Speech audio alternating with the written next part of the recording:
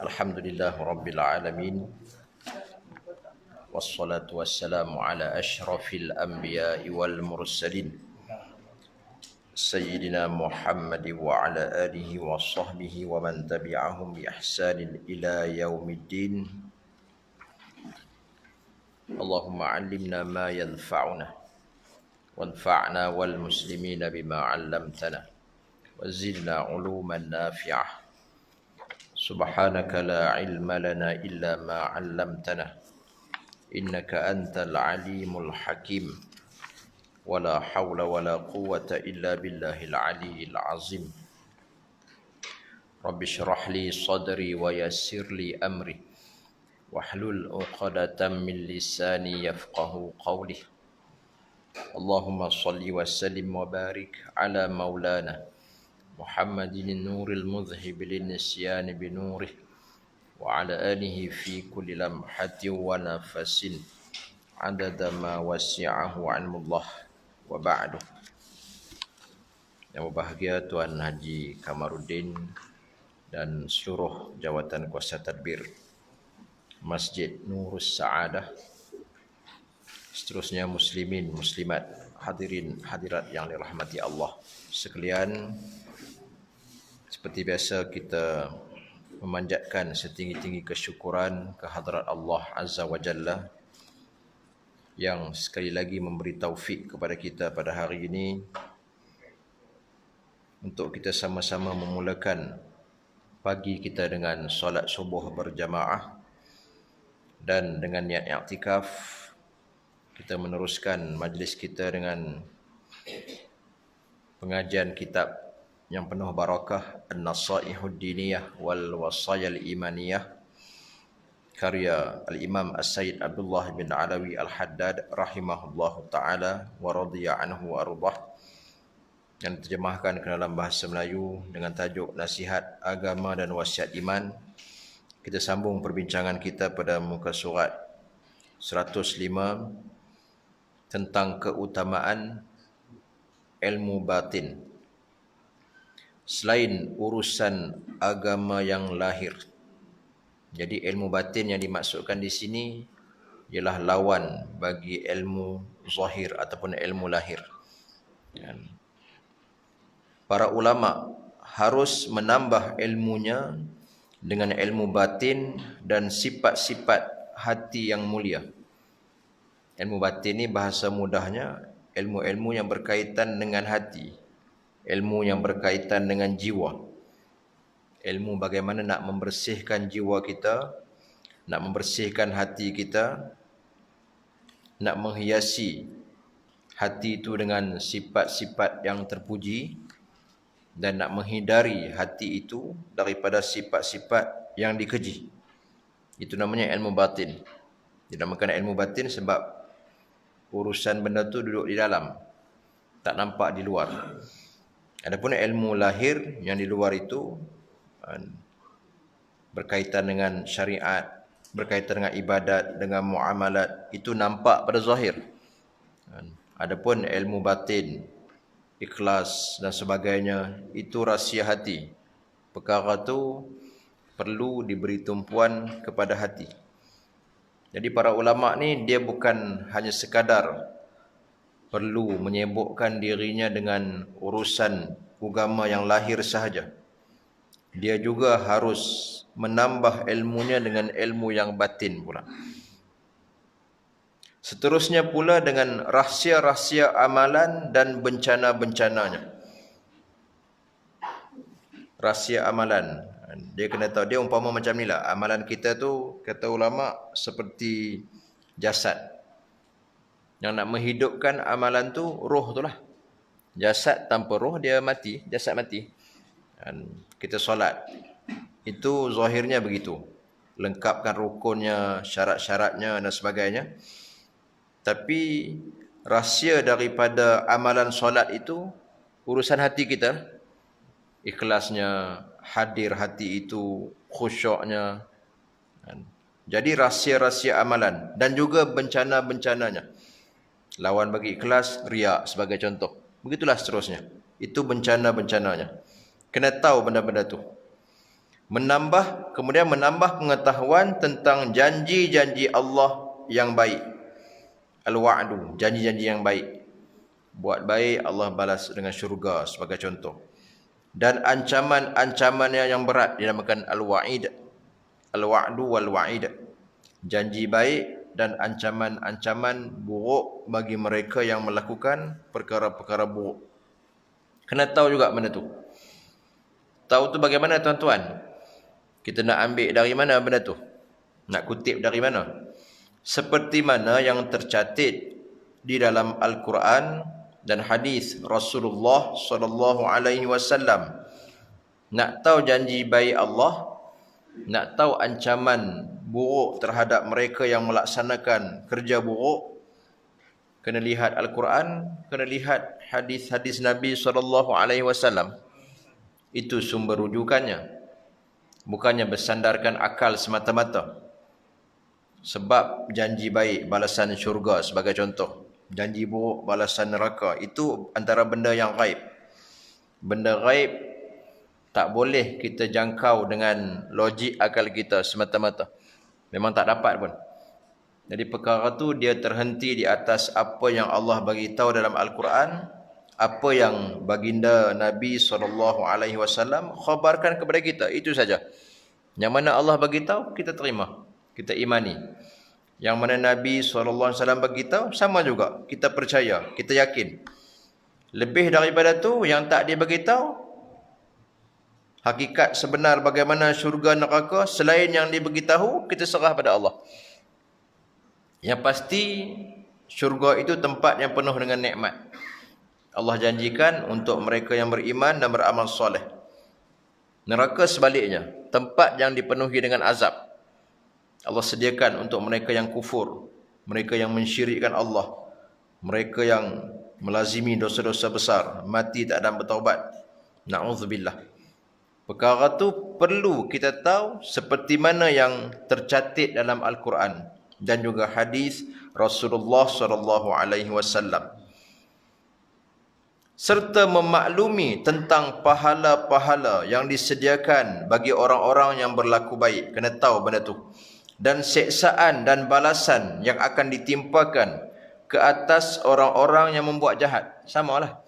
Dan kalau buat begini, dapat begini.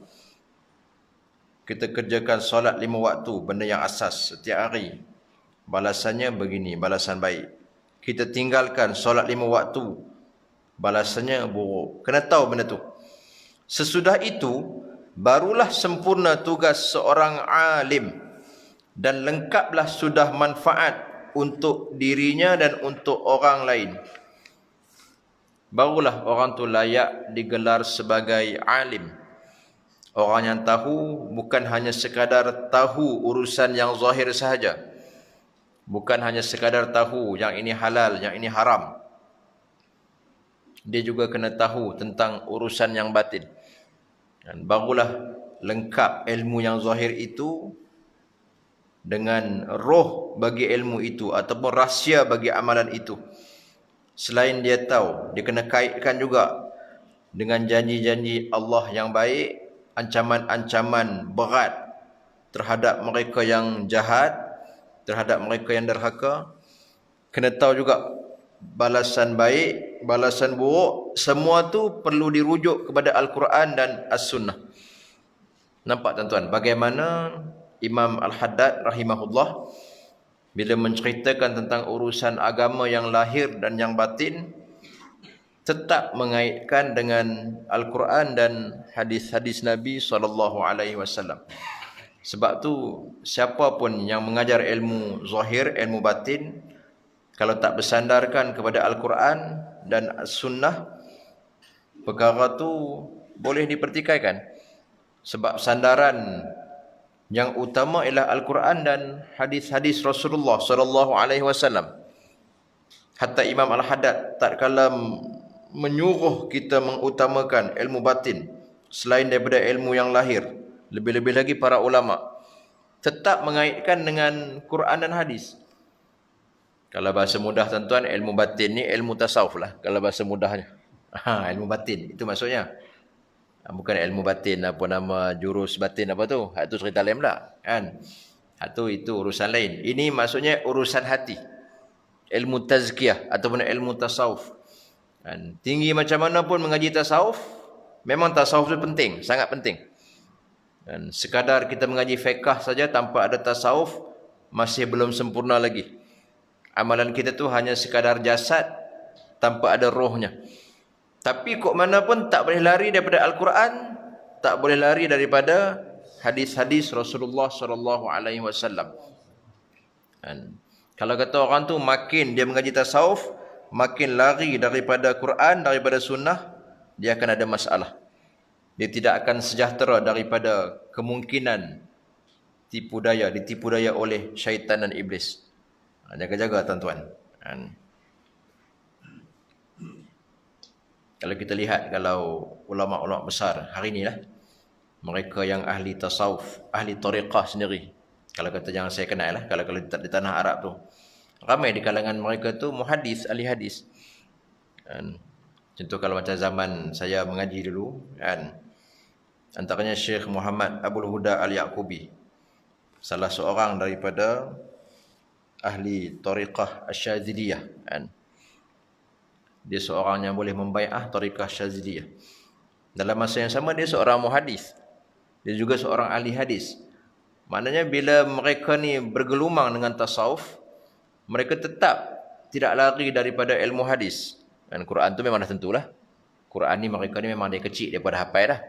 Dan bagaimana tiba-tiba kita ni ada di kalangan kita yang mendakwa kita bersibuk dengan urusan batin, kita bersibuk dengan ilmu tasawuf, membersihkan hati, tiba-tiba kita jauh daripada Quran dan hadis. Ada masalah tu. Yang tu yang kadang-kadang boleh menyeleweng tu. Sampai tahap dia berasa dia tinggi, tak payah semayang. Pakai niat saja. Sebab dia makin jauh. Sepatutnya makin kuat tasawuf, makin kuat semayang lah. Betul tak tuan-tuan? Sepatutnya begitu. Makin bersih batinnya, makin dia mesra dengan Tuhan. Makin dia seronok semayang. Makin dia kuat bermunajat kepada Tuhan. Tiba-tiba makin dia rasa tinggi, makin tak mau semayang pula. Makin jauh daripada Tuhan. Pakai niat saja. Itu antara musibah yang menimpa bila seorang tu nak bergelumang dengan ilmu batin ni, tapi dia menjauhi Al-Quran dan As-Sunnah. Itu dia punya masalah dia. Ada yang ni ilmu lahir dia mantap, kemudian digabungkan dengan ilmu batin berkaitan dengan hati, disandarkan pula semua tu dengan Al-Quran dan Al-Hadis, barulah sempurna dia sebagai seorang alim, lengkap manfaat untuk diri dia dan juga manfaat untuk para pengikut dia. Baru jadi. Begitu. Sesungguhnya ilmu-ilmu yang saya sebutkan di atas tadi, yang Imam Al-Haddad rahimahullah sebutkan, setengahnya tidak akan lengkap tanpa setengah yang lain. Maknanya dia kena gabungkan antara dua-dua tu. Kalau kita lihat perkataan ulama, antaranya perkataan yang masyhur bagi Imam Malik. Imam Malik sendiri rahimahullah, tok guru Imam Syafi'i. Dia kata apa? Man tafaqqaha wa lam yatasawwaf faqad tafassaqa. Sesiapa yang mengaji fiqh, dia mendalami ilmu fiqh, tapi dalam masa yang sama dia tidak belajar, tidak mendalami ilmu tasawuf, urusan hati ni, orang itu dia akan menjadi fasik. Walaupun mungkin dia hebat tentang halal haram, tentang hukum hakam, tapi bila dia tak belajar tasawuf, tak beramal dengan tasawuf, dia tak boleh bersihkan hati dia daripada segala sifat-sifat mazmumah. Mungkin dia alim dari segi fiqh, dia boleh keluarkan hukum, tapi hatinya bergelumang dengan sifat-sifat mazmumah. Sebab tu dia akan jadi fasik. Kalau dia alim pun dia alim yang fasik, bukan alim yang rabbani. Sebaliknya kata Imam Malik, wa man tasawwafa wa lam yatafaqqah faqad tazandaqa. Dan sesiapa yang bergelumang dengan ilmu tasawuf, dia tumpukan tentang ilmu hati, tapi dalam masa yang sama dia tidak mengaji fiqh, hukum hakam pun dia tak tahu, dan halal haram pun tak boleh beza lagi, yang mana wajib, sunat, makruh dan sebagainya, maka orang tadi akhirnya dia akan menjadi zindik.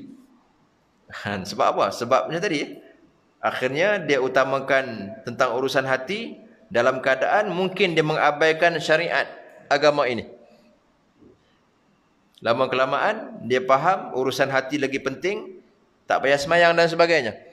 Lama kelamaan mungkin bagi dia ada perkara-perkara yang Allah haramkan, dia anggap halal. Isap ganja untuk berzikir, boleh dia kata.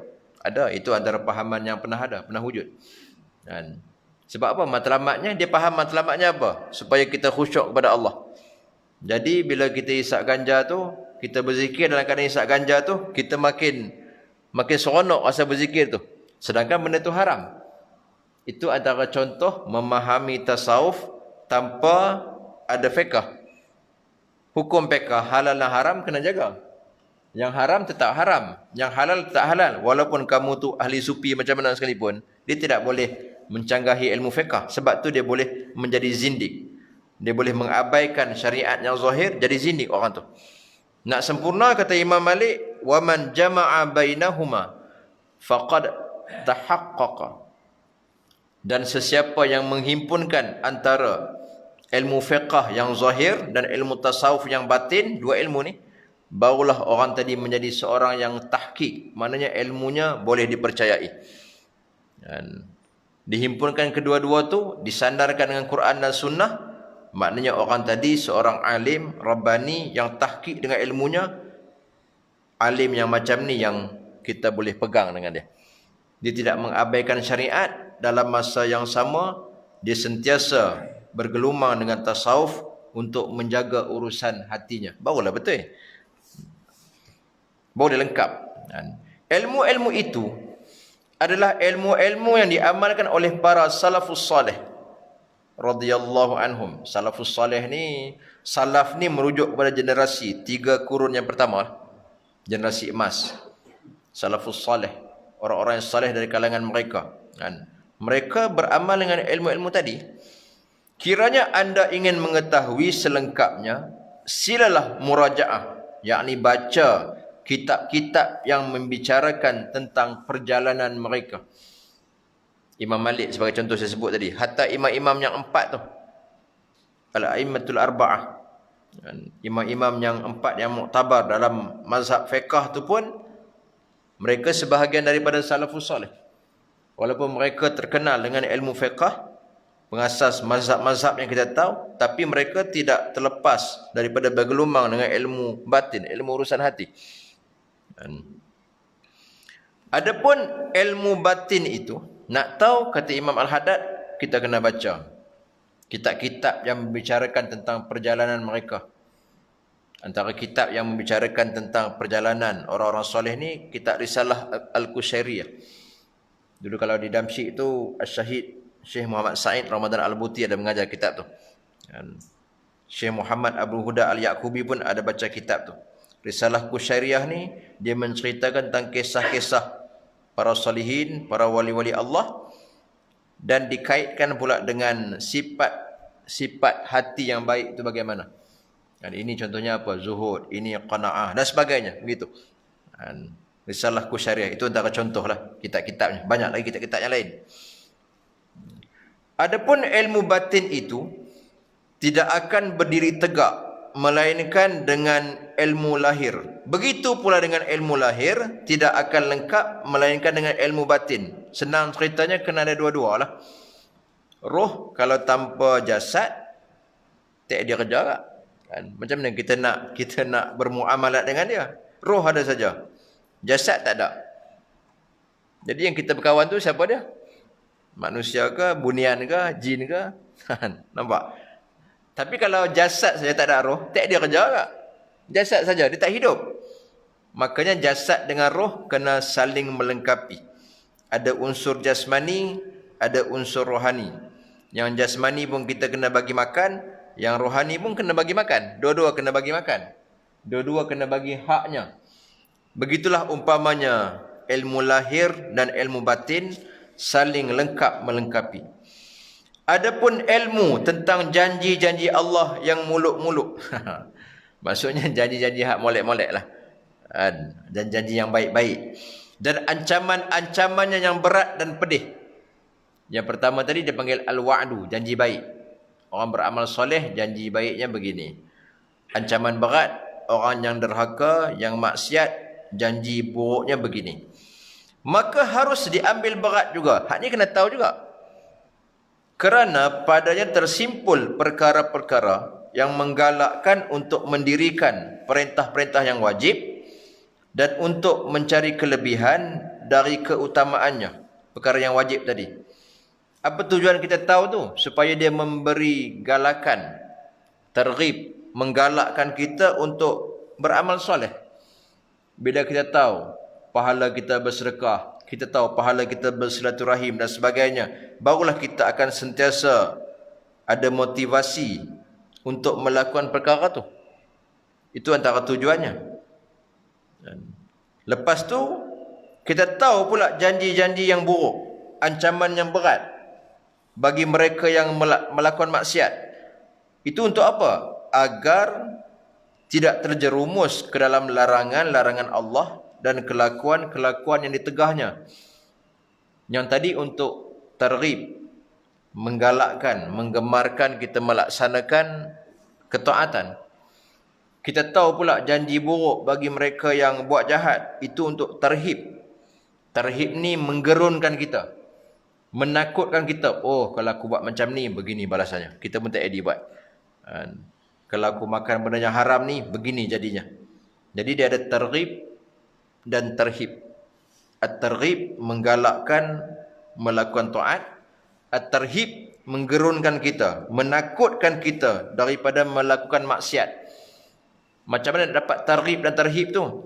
Kena lihat janji baik Allah, kena lihat ancaman berat Allah yang tak dapat tidak kita akan ketahui daripada Al-Quran dan juga perkhabaran baginda Nabi SAW. Yang tu pun kena tahu juga, kena ambil berat juga. Adalah tidak manis. Cuba perhatikan. Tengok bagaimana Imam Al-Haddad, seorang tokoh tasawuf yang sangat besar. Lihat bagaimana dia kata. Adalah tidak manis jika seorang alim berbicara tentang hukum hakam yang wajib, tentang keutamaan setengah-setengah kebajikan atau sesuatu larangan Allah Ta'ala. Dia cerita yang ni wajib, yang ni haram. Kemudian apabila dituntut daripadanya untuk menyebut beberapa dalil dari Al-Quran atau hadis Nabi SAW untuk menguatkan perkaranya, ia tidak mampu membawa sesuatu dalil pun. Kalau orang awam, tuan-tuan, orang awam tak tahu dalil pun tak apa. Sebab orang awam ni dia punya kaedah senang je. Man qallada aliman laqiyallaha saliman. Siapa yang taklid, diikut orang alim. Alim macam tadi lah, alim Rabbani, yang betul-betul layak digelar sebagai alim. Orang tadi, dia akan bertemu Allah dalam keadaan sejahtera. Maksudnya, kalau dia ikut para ulama yang pewaris Nabi ni, insya-Allah dia tak akan sesat. Tak tahu dalil pun tak apa. Hak ni apa dia hukum dia? Hukum dia wajib. Cukuplah untuk orang awam ni. Dan orang awam sepatutnya tak tanya dalil pun tak apa. Sebab itu bukan urusan dia. Seperti mana bila kita jumpa doktor, doktor beritahu hang sakit macam ni, ubat hang macam ni. Tak perlu kita tanya perincian sakit tu kepada doktor. Sebab kadang-kadang ada perkara yang doktor susah nak cerita pada kita. Sebab benda tu dia mengaji bukan sehari dua. Tuan-tuan faham maksud saya ni? Tak ada orang pergi persoalkan doktor. Betul ke doktor macam ni? Dah tu hang pergi jadi doktor lah. Kadang-kadang ada benda yang dia tidak boleh cerita dengan... Kadang-kadang cerita pun kita tak apa nak faham pun. Dengan istilah-istilah dia tu, dia je faham. Sebab benda tu bukan dia ngaji sehari dua. Begitu juga para ulama. Tiba-tiba bila orang awam nak tanya dalil, sedangkan urusan dalil istimbat hukum tu bukan urusan yang mudah. Dia bukan hanya sekadar baca Quran. Dia kena tahu pula ilmu yang berkaitan dengan nak mengeluarkan hukum hakam. Usul fiqhnya, dari segi bahasa Arabnya dan sebagainya. Jadi benda tu dia rumit kadang-kadang. Sebab tu orang awam tak tahu dalil pun tak apa. Tapi bagi orang alim, orang yang dirujuk dalam masalah hukum hakam, tak manis kalau dia kata benda ni wajib, dia kata benda ni haram, apa dalil dia tak tahu. Tak manis benda tu. Tak manis. Sebab dia ahlinya, dia kena tahu. Kalau tidak, dia sendiri pun tak pasti benda tu. Kalau dia hanya sekadar kata wajib, apa dalilnya? Tak tahu, saya pun rasa wajib ni. Mana kata dia sendiri pun tak ada kepastian. Bila sebut dia orang alim, dia mesti pasti. Dia kata benda tu wajib, dia mesti, bila dia berani kata benda tu haram, dia mesti ada dalil dia. Betul tak? Bila dia fatwakan rokok tu haram, contoh, saya buat contoh. Dia mesti ada dalil dia. Tiba-tiba ada pula yang mengatakan haram untuk kamu, halal untuk aku, mesti ada dalil dia. Kalau tidak, dia tak boleh menuturkan perkataan begitu. Pasal apa pula untuk dia jadi halal? Haram untukmu itu. Haram untukmu. Bukan untuk aku. Contoh, kata kan. Dia mesti ada dalilnya. Kalau tidak, bagaimana dia boleh mengatakan benda itu halal, haram dan sebagainya? Tak manis. Kalau diminta dalil daripada Al-Quran ataupun hadis Nabi SAW, dia tidak boleh sebut. Menunjukkan dia sendiri pun tidak tahqiq. Tidak ada kepastian dengan hukum hakam yang dikeluarkan tu. Dan di situ juga menunjukkan bahawa memang rujukan utamanya Quran dan hadis. Baru ada thiqah, ada kepercayaan pada ilmunya tu. Padahal kaum mukminin akan berlapang dada. Kaum mukminin ni merujuk pada orang awam, orang beriman. Secara umum ni akan berlapang dada apabila mendengar firman-firman Allah dan sabda-sabda Rasulnya sallallahu alaihi wasallam. Dan dengan dalil-dalil itu akan puas hatinya dan merecup semangatnya. Dia mai dia kata, rokok ni haram. Mana dalil? Tak tahu dah kata fatwa kata haram kan. Orang awam boleh kata macam tu. Bila kamu orang alim, kamu nak terangkan, kamu kena beritahulah. Contohnya bila sebut rokok haram, apa dalilnya? Oh, mereka berdalilkan dengan firman Allah, wala tulqu bi aidikum ila tahlukah, sebagai contoh. Allah kata jangan kamu campakkan diri kamu dalam kebinasaan. Jadi kebinasaan ni umum. Jadi rokok ni dah dibuat kajian, dia boleh membawa kepada kebinasaan sebab dia memudaratkan kesihatan. Kemudian dalam hadis Nabi, hadis sahih, Nabi SAW sebut la darara wala dirar. Jangan kamu buat perkara yang memudaratkan diri kamu dan jangan kamu buat perkara yang memudaratkan orang lain. Itu larangan daripada Nabi. Itu sebagai contoh. Jadi rokok ni bukan mudarat pada diri dia saja. Dia juga memberi mudarat. Asap yang keluar tu memberi mudarat kepada orang-orang yang berdekatan dengan dia. Jadi bila orang awam dengar, orang mukmin dengar, oh, ada dalil Qurannya, ada dalil hadis Nabi SAW. Jadi sekurang-kurangnya dia puas hati lah. Dia nak tinggal tu seorangnya, oh, puas hati sikit lah. Ada dalil. Ada cakap kata, rokok haram ni, bila mu nak berhenti? Mana dalil? Haram-haram lah. Jadi dia pun, apa dalilnya kata? Kan? Dia sendiri pun tak sebut dalilnya. Tak manis. Kata Imam Al-Haddad, tak manis. Bila seorang alim sebut, tanpa ada dalilnya. Kan? Jadi nak cerita apa tuan-tuan? Nak ceritanya, walaupun kita perlu mengutamakan, sama macam di atas lah, ilmu lahir, juga ilmu batin, tapi kok mana pun tak boleh lari daripada Al-Quran dan Al-Hadis. Mereka yang mendakwa mereka mahir dengan ilmu zahir, sama juga bergelumang dengan ilmu batin, ilmu tasawuf, tapi tidak ada sandaran daripada Al-Quran dan Al-Hadis. Ilmu orang tadi tak boleh dipercayalah. Sebab semua sumber ilmu ni tuan-tuan, dia mesti daripada Quran dan Hadis. Itu sumber utama dia. Betul tak? Hang besar macam mana pun, nak jadi wali macam mana pun, dia mesti bersandar Quran dan Hadis. Kalau tidak, kamu nak berpegang dengan apa? Dikhawatiri ilmu kamu tu hanya sangkaan-sangkaan saja. Dikhawatiri benda yang kamu kata halal, haram dan sebagainya tu tak ada sandaran daripada Quran dan Hadis. Kamu guna logik akal kamu semata-mata, hak tu tak ada. Baik, renungkanlah kata-kata ini dan perhatikanlah faedahnya. Kemudian asapkanlah dada-dada kamu dari ketiga-tiga ilmu ini sekadar yang perlu. Apa tiga ilmu tu disimpulkan semula, iaitu ilmu mengenai hukum yang lahir dari bahagian ibadat dan muamalat. Ibadat ni antara kita dengan Tuhan. Solat, puasa sebagai contoh. Muamalat antara kita dengan manusia. Urusan jual beli, berniaga dan sebagainya. Itu semua berkaitan dengan hukum lahir.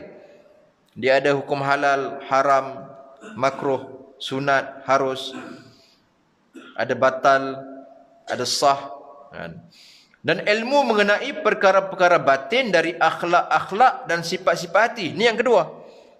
Merujuk kepada ilmu tasawuf, pembersihan jiwa tadi. Berkaitan dengan sifat-sifat mahmudah yang terpuji, kita kena tahu dan kita kena menghiasi diri kita dengannya. Kemudian kena tahu pula sifat-sifat batin yang dikeji, yang mazmumah, dan bagaimana nak membersihkan hati kita daripadanya. Kena tahu. Dan yang ketiga dan akhir sekali, ilmu mengenai janji-janji Allah dan ancamannya. Al-wa'du wal-wa'id. Janji baik dan janji buruk. Yang saya maksudkan ialah perihal firman-firman Allah Ta'ala dan sabda-sabda Rasulnya SAW mengenai kelebihan taat, janji-janji baik dan ancaman siksa terhadap perilaku yang jahat. Yang ini kena merujuk pada Quran dan hadis. Antara contoh, banyak ayat Quran. Antaranya saya nak bawa firman Allah dalam surah Al-Baqarah ayat 81 dan 82. Ini cerita digabungkan dua-dua. Antara balasan baik dan balasan buruk. Janji baik, janji buruk. Tuan-tuan boleh rujuk Al-Baqarah ayat 81 dan 82. Allah sebut, bala man kasaba sayyi'atan wa ahatat bihi khati'atuhu faulaika ashabun nar hum fiha khalidun. Ini ancaman buruk. Allah kata bahkan sesiapa yang mengusahakan keburukan, makna dia hidup ni kerja buat jahat. Kasabah ni mengusahakan. Bila kita sebut mengusahakan ni tuan-tuan, benda yang kita buat sungguh-sungguh. Bukan benda yang main tiba-tiba. Kalau kata benda buruk berlaku sekali-sekala, itu tak sengaja namanya. Semua orang ada buat benda buruk, betul tak? Semua orang ada buat salah. Sebab kita bukan Nabi dan Rasul yang maksum. Allah gunakan kasabah. Mana kata dia mengusahakan keburukan. Maknanya memang hidup itu kerja buat jahat. Sampai tahap Allah kata wa ahatat bihi khati'atuh. Sampai tahap kejahatan, keburukannya itu mengelilinginya.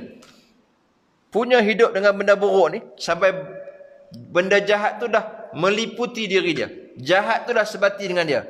Tengok muka dia, orang teringat jahat. Sampai tahap gitu. Tengok muka dia, orang ingat ni pecah rumah ni. Tengok muka dia, orang tengok ni kaki barang ni. Contoh kan. Tengok muka dia, orang yang ingat maksiat. Tengok muka dia, orang teringat kelab malam. Tengok muka, begitulah sebagai contoh. Mana kata apa tuan-tuan? Kejahatan tu dah meliputi dia sampai tahap orang tengok muka dia, orang teringat jahat. Tengok muka dia saja, teringat maksiat. Belum dia bercakap ke? Kalau dia cakap, kira maksiat lah. Orang yang macam ni, kata Allah, kalau kata dia mati dalam keadaan begitu, faulaika ashabun nar. Mereka lah orang-orang yang digolongkan sebagai tuan-tuan neraka. Ashab ni sebenarnya tuan. Penghuni neraka ni Allah kata mereka tu jadi tuan bagi neraka tu. Nak cerita jadi hak milik dia. Hum fiha khalidun. Mereka kekal di dalamnya. Sama ada sampai tahap dia buat maksiat tu, akhirnya dia menghalalkan maksiat tu. Bila sampai tahap dia menghalalkan maksiat tu, benda yang haram, jadi kufur. Bila kufur, kekal dalam neraka. Ataupun kalau dia tak menghalalkan sekalipun, hidup bergelumang dengan maksiat, duduk dalam neraka, punya lama, walaupun ada iman akan mengeluarkan dia, tapi seolah-olah macam duduk kekal selama-lamanya. Sopo macam kita kata macam ni lah. Ada orang yang dihukum. Saya pun pernah dengar dulu. di luar negara lah. Dihukum penjara 120 tahun. Dia punya umur pun dah 40 tahun contoh. Agak-agak nak sampai 120 tuan, bahasa mudahnya macam seumur hidup lah. Kan? Macam tu lah. Orang beriman ada ke masuk neraka selama-lamanya? Tidak ada. Sebab orang beriman, kalau dia ada iman, walaupun senipis bawang, sebesar biji sawi, iman itu akan menyelamatkan dia untuk daripada kekal. Tapi kalau duduk neraka, bagi contoh, 1 bilion tahun, serupa macam selama-lama, lebih kurang macam tu. Tara nak keluar tu berapa lama lagi? Macam tadi lah, dihukum penjara 120 tahun. Tak payahlah. Kita anggap penjara seumur hidup lah. Sebab dari segi adatnya, nak sampai umur 100 pun jenuh. Hukum penjara 120 tahun. Tak pernah dengar? Kat Malaysia ada. Saya dengar di Thailand pun ada. 120 tahun tu dia penjara. Masuk tak keluar. Masuk tak kira sampai mati. Sebab tu jaga-jaga tuan-tuan. Walaupun dia rasa, oh saya beriman, tak apa, jaga-jaga.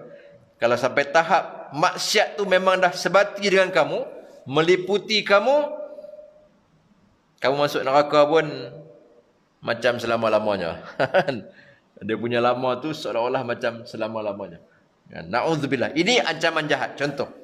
Kemudian ayat 82, janji baik pula. Allah kata, walladzina amanu wa amilus solihat. Dan orang-orang yang beriman dan yang beramal soleh. Tengok syaratnya dia beriman, dia beramal soleh. Iman merujuk kepada perkara hati. Kemudian kena diterjemahkan dengan amal soleh, perbuatan yang zahir.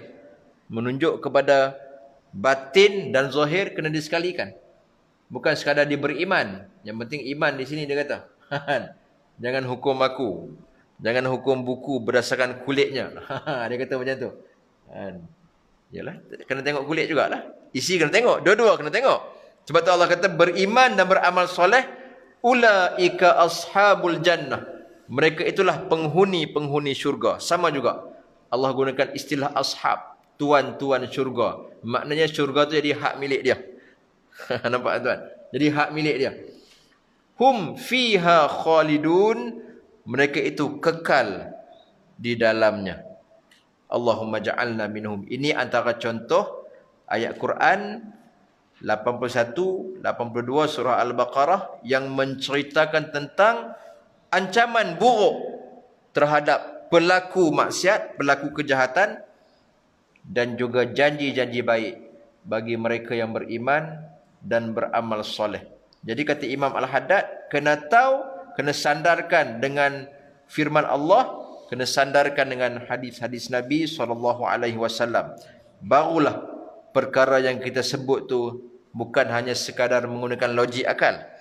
Sebab benda gaib, syurga, neraka, pahala, dosa ni, dia bukan benda yang boleh gunakan akal kita. Dia perlu ada perkhabaran daripada Allah yang maha mengetahui perkara yang gaib. Perlu ada perkhabaran yang sahih daripada Nabi SAW. Sebab baginda dapat wahyu. Adapun kita main agak-agak saja, kan, buat macam ni, pahalanya macam ni, tak boleh. Dia bukan benda yang boleh beristihad. Itu benda gaib.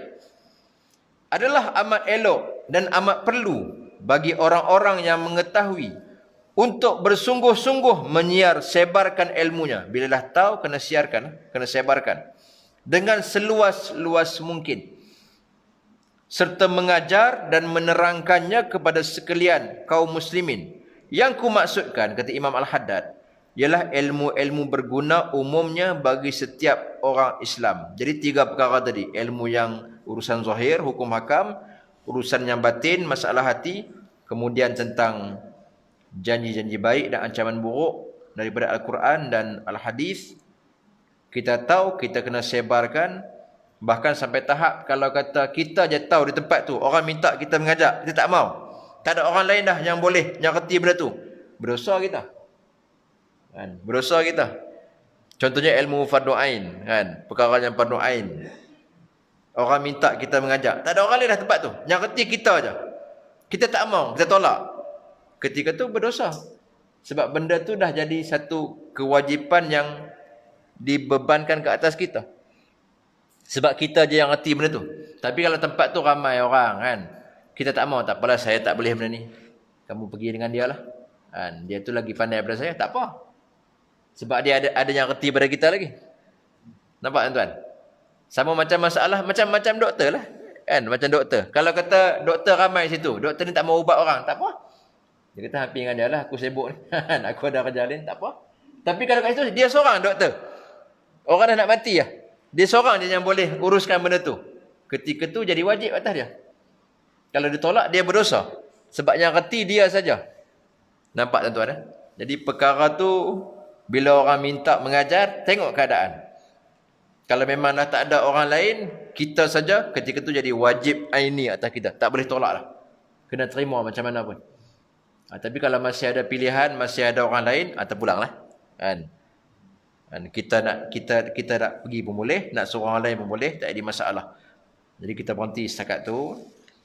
Mudah-mudahan bermanfaat. InsyaAllah kita akan bertemu lagi pada pertemuan akan datang. Nak terus dengan majlis saya minta diri dulu tak apa. Wallahu a'lam bis-shawab wal marji'u ila Allah. Wassalamu alaikum warahmatullahi